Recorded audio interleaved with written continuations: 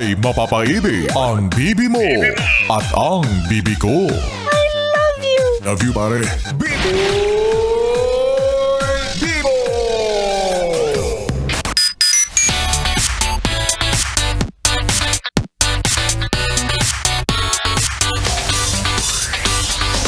Yes, friend!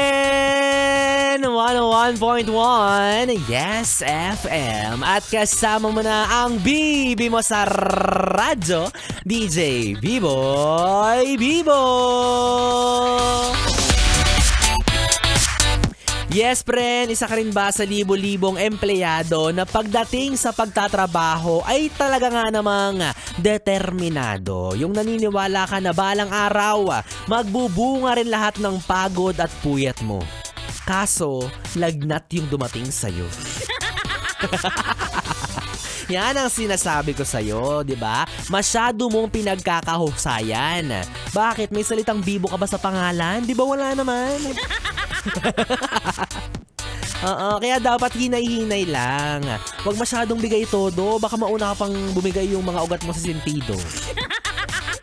Hindi naman sa sinasabi ko na wag mong galingan. Siyempre dapat galingan kasi bayad ka dyan, di ba? Dyan ka kumikita ng mga kaperahan para sa mga luho mo, mga bayarin mo. Ang akin lang, dahan-dahan lang. Tandaan mo na ang katawang lupa mo ay ang isa sa mga pinakamahalaga mong puhunan. Huwag mo masyadong pinipressure yung sarili mo. Oo, lalo na sa isang bagay na akala mo naman talaga ibibigay sa'yo yung 50% na kinikita ng kumpanya. O, diba? Para balance lang ang buhay. May trabaho ka, may social life ka. O, yan sinasabi ko, kaya nagtataka bakit wala akong jowa. Eh, paano? Puro ka paperworks. Sige nga, may ayakap mo ba yan sa gabi, ha? Makakadel mo ba yan? Yung boss mo, makakadate mo ba yan? Hindi naman.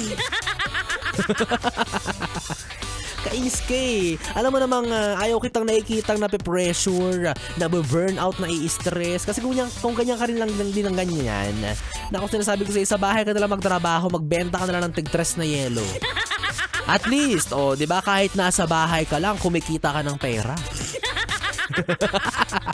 Kaya naman, hi, hello sa mga empleyado na dedikado sa trabaho yan. Naway balang araw ay masuklian lahat ng pagod at pagsusumikap mo. Pero sa ngayon, sukling dos muna sa pamasahe ng jeep yung kunin mo, pandagdag sa pambayad mo sa Meralco.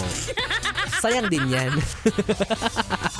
Yes, friend! DJ B-Boy Bibo na ang iyong kapiling hanggang mamayang alas 12 para sa ating Bibi Time. Dito pa rin at dito ka lang sa istasyong tanggal limot ang problem, ang 101.1 Yes FM.